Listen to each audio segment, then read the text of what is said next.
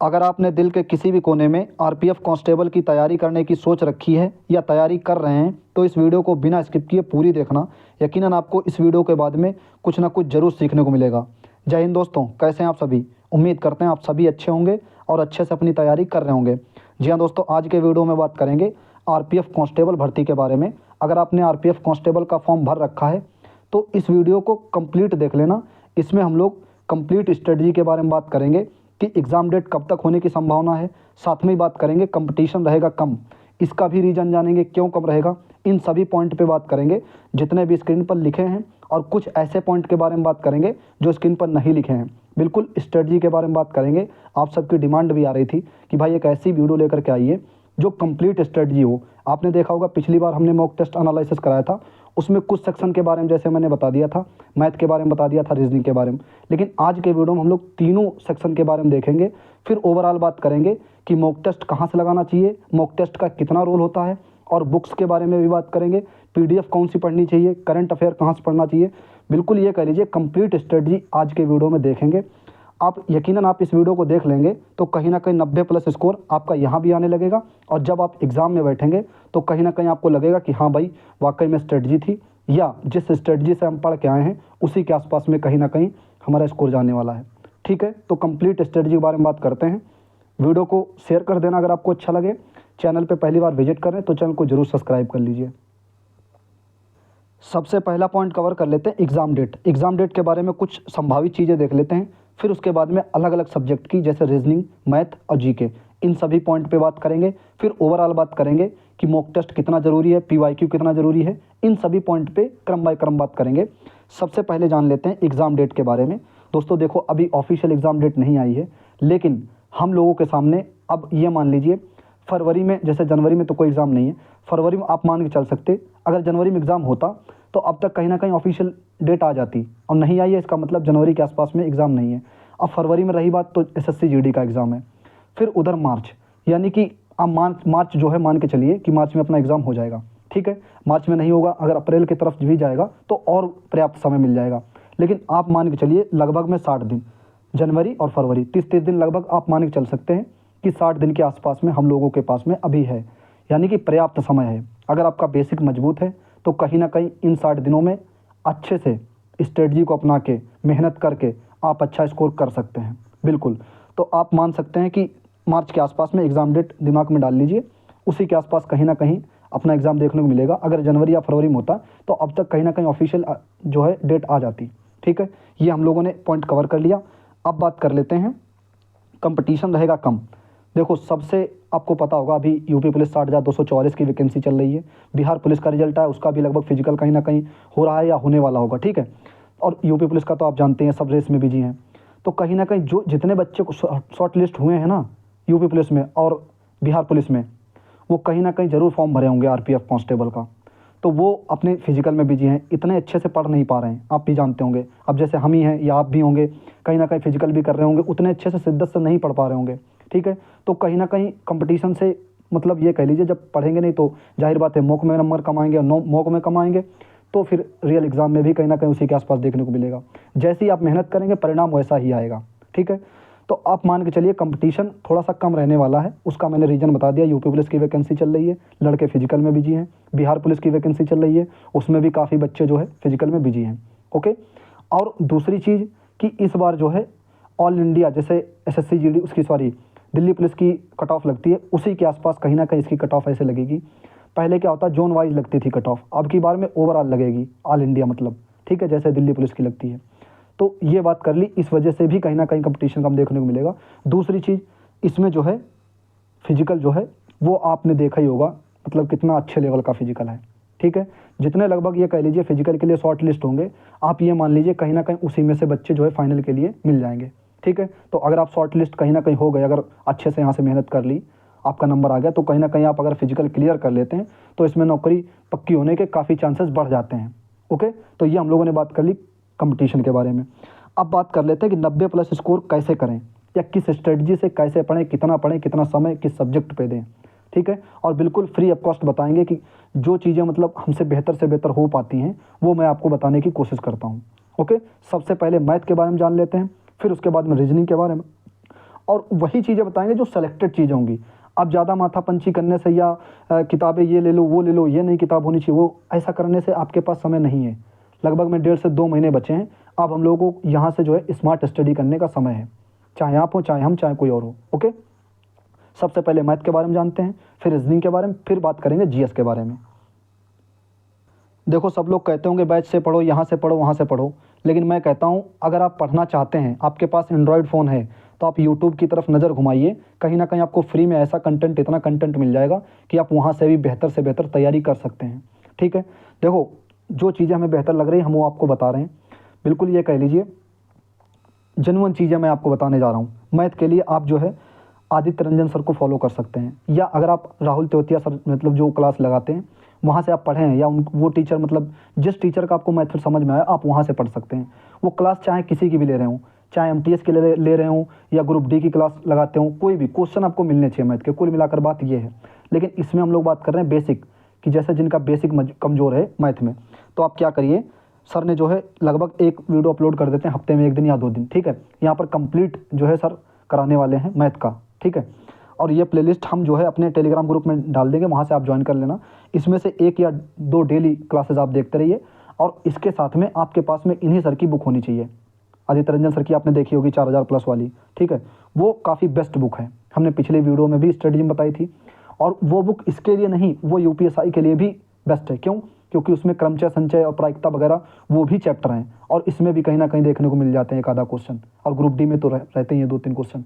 ठीक है, तो वो वाली बुक अगर आपके पास मैथ के लिए इतना है, बेसिक यहाँ से आप कंप्लीट कर लीजिए, और जितना यहाँ से पढ़ते रहिए उसी टाइप के क्वेश्चन लगाते रहिए। यहाँ से आपका देखो मेहनत तो लगेगी, अब वो खुद ही को करनी पड़ेगी, चाहे हम हो चाहे आप हो, मेहनत तो करनी पड़ेगी। एक इंसान बता सकता है आपको, कोई भी टीचर, कोई भी दोस्त, कोई भी गाइडर हो आपको बता सकता है, लेकिन ये नहीं है कि उंगली पकड़ के चलाए साथ में, लाओ भैया हम ही सॉल्व कर दें, ऐसा नहीं है, मेहनत खुद करनी पड़ेगी। तो जिनका बेसिक कमज़ोर है मैथ में, तो आप यहाँ से अच्छे से कंप्लीट कर सकते हैं यहाँ से। ठीक है, उसके साथ में मैथ की मैंने बुक बता दी, चलिए वो देख लीजिए। इस बुक के बारे में बात कर रहे थे, काफ़ी अच्छी बुक है, हमने भी देखा, हमारे पास भी है ये बुक।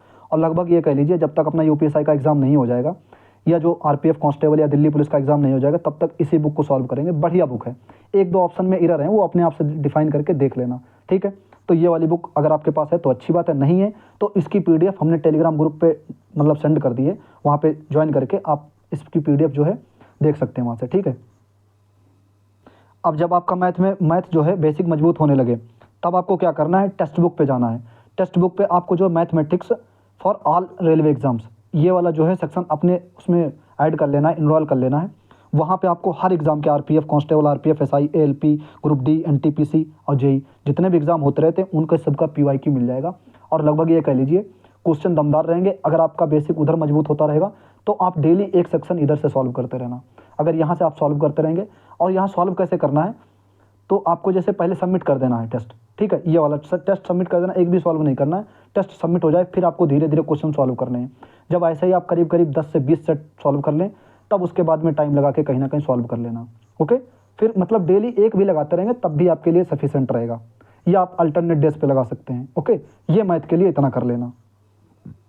रीजनिंग में आपको कुछ करने की ज़रूरत नहीं है। रीजनिंग में सिर्फ आप टेक्स्ट बुक पे जाइए, वहाँ भर भर के प्रैक्टिस कीजिए। प्रैक्टिस कहाँ करनी है, रीजनिंग फॉर रेलवे मतलब ऑल रेलवे एग्जाम्स, इसको जो है पीवाईक्यू, और पीवाईक्यू जो क्वेश्चन है ना, इसमें से पहले आप लगाना आरपीएफ कांस्टेबल का, फिर लगाना एसआई का, फिर उसके बाद ग्रुप डी का। तो इस क्रम में लगाना। इतने ही आप नहीं सॉल्व कर पाएंगे तब तक अपना एग्जाम हो जाएगा। और डेली 1 या 2 सेट लगाने हैं। उन 2 सेट में अगर कोई क्वेश्चन आपका डाउट बने, कोई भी मतलब डाउट करे कोई क्वेश्चन, उसको जाके सॉल्व कर लेना है, या तो किसी टीचर से या तो किसी बुक से। बाकी आपको कोई बुक लेने की ज़रूरत नहीं है, किसी भी टीचर को फॉलो करने की ज़रूरत नहीं है, अगर आपका थोड़ा बहुत भी बेसिक मजबूत है रीजनिंग में तो।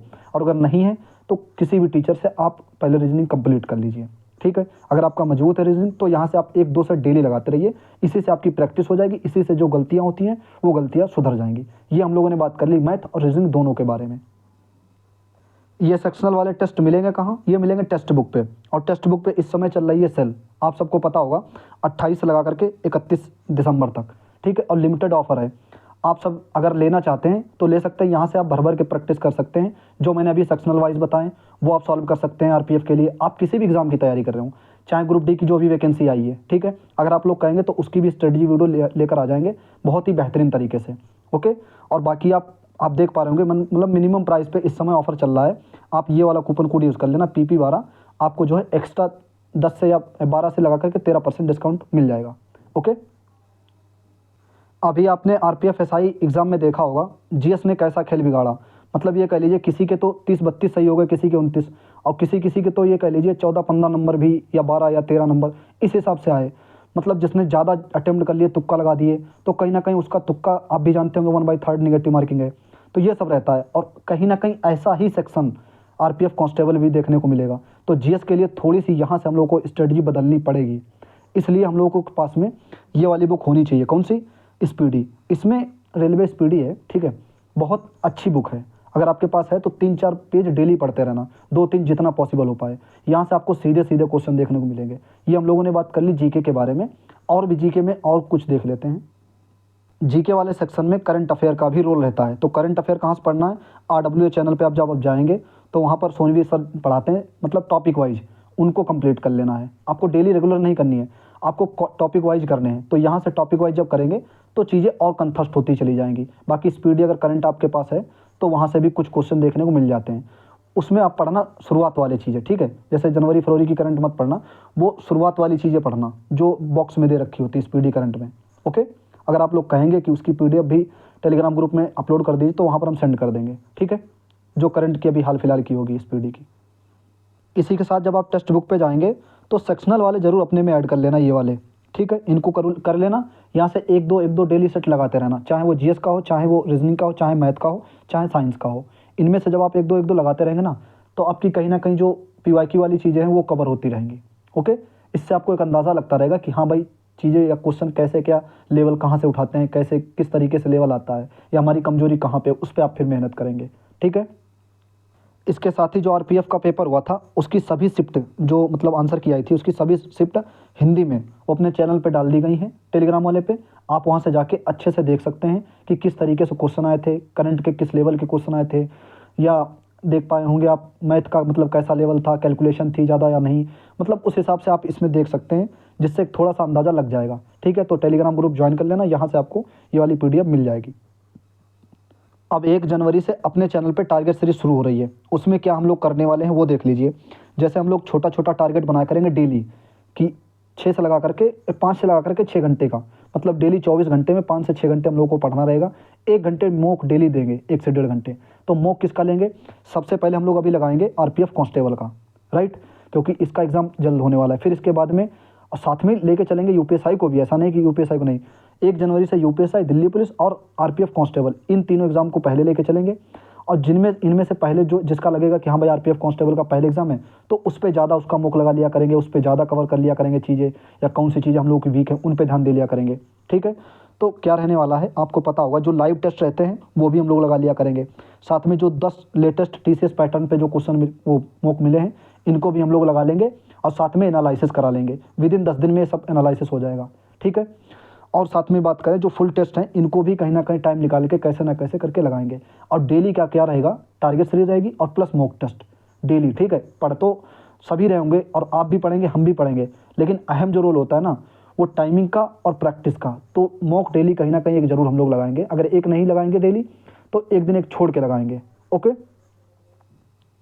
और बाकी जो संडे को, हर संडे को जो RWA पर टेस्ट होता है उसका भी हम लोग एनालिसिस कराएंगे बहुत अच्छे से। कल संडे है, आपको पता होगा, कल लगा लेना टेस्ट, हम भी लगा लेंगे, और बढ़िया से जो है हम लोग एनालिसिस कराएंगे कि मतलब कितना हमारा स्कोर बना, चारों सेक्शन में सारी चीज़ें देखेंगे, ठीक है। और संडे के संडे वीडियो मिल जाया करेगी। अब की बार थोड़ा लेट हो गई थी वीडियो, 2 दिन बीच में मतलब कुछ काम आ गया था, इस वजह से जो है हम नहीं लगा पाए थे। तो ये दोस्तों कंप्लीट स्ट्रेटजी है, इसको अगर आप फॉलो कर लेते हैं, इन चीज़ों को फॉलो कर लेते हैं, और 6 से 7 घंटे अगर आप खुद पे मेहनत कर लेते हैं, तो कहीं ना कहीं 90 प्लस या 100 के टच में आप पहुंच जाएंगे यहाँ पर भी। और जब अपना एग्ज़ाम होगा तो कहीं ना कहीं आपको ऐसा फील होगा कि हाँ भाई हमारी तैयारी बेहतर थी और करके हम आए हैं, ठीक है। तो इन सभी चीज़ों को फॉलो करना। बाकी आपको जो भी चीज़ें लगें कि हाँ मैं ऐसे बेहतर कर रहा हूँ या इससे और बेहतर हो सकता है, तो वो आप कमेंट में बता सकते हैं, क्योंकि हो सकता है कि भाई आप हमसे और बेहतर जानते हो। तो एक बार कमेंट जरूर कर दिया करो, उसको भी हम अगली वीडियो में इंक्लूड कर लेंगे। कंपटीशन के बारे में बात कर ली थी, एग्जाम डेट के बारे में, एक्सपेक्टेड चीज़ें जो हैं वो हम लोगों ने देख लिया था। बाकी मॉक टेस्ट का अहम रोल रहता है, हमने आपको बता दिया। अभी जब टारगेट सीरीज शुरू होगी तो हम लोग टेक्स्ट बुक का एनालिसिस करा लिया करेंगे, और हर संडे को जो RWA पर खुलता है उसका एनालिसिस तो होगा ही होगा, वो तो होता ही चला आ रहा जब से अपना जो है इधर 2-4 संडे हुए हैं तब से। ठीक है, तो ये थी संपूर्ण रणनीति। अब आप बताना कि कैसी रणनीति लगी है। बाकी कुछ चीज़ें छूट गई हों जीएस में या कुछ मैथ में या रीजनिंग में, तो आप कमेंट कर देना, हम कमेंट में ही उसको रिप्लाई देने की कोशिश करेंगे। अगर नहीं पॉसिबल हो पाए तो उस टॉपिक पे अगली वीडियो लेके आएंगे, या जब एनालिसिस कराया करेंगे तो उनमें चीज़ें छोटी छोटी इंक्लूड कर लिया करेंगे। बाकी आप बताना वीडियो कैसी लगी है, कुछ अगर पॉइंट छूट गए हों तो बताना। और टेलीग्राम ग्रुप को नहीं ज्वाइन किया तो ज्वाइन कर लीजिए, अपनी फैमिली से जुड़ जाइए, जो है चैनल को सब्सक्राइब कर लीजिए, और बाकी और भी मतलब लोगों के पास ये वीडियो शेयर कर देना। मिलते हैं दोस्तों अगले वीडियो में, अपना ख्याल रखिएगा, पढ़ते रहिएगा। जय हिंद।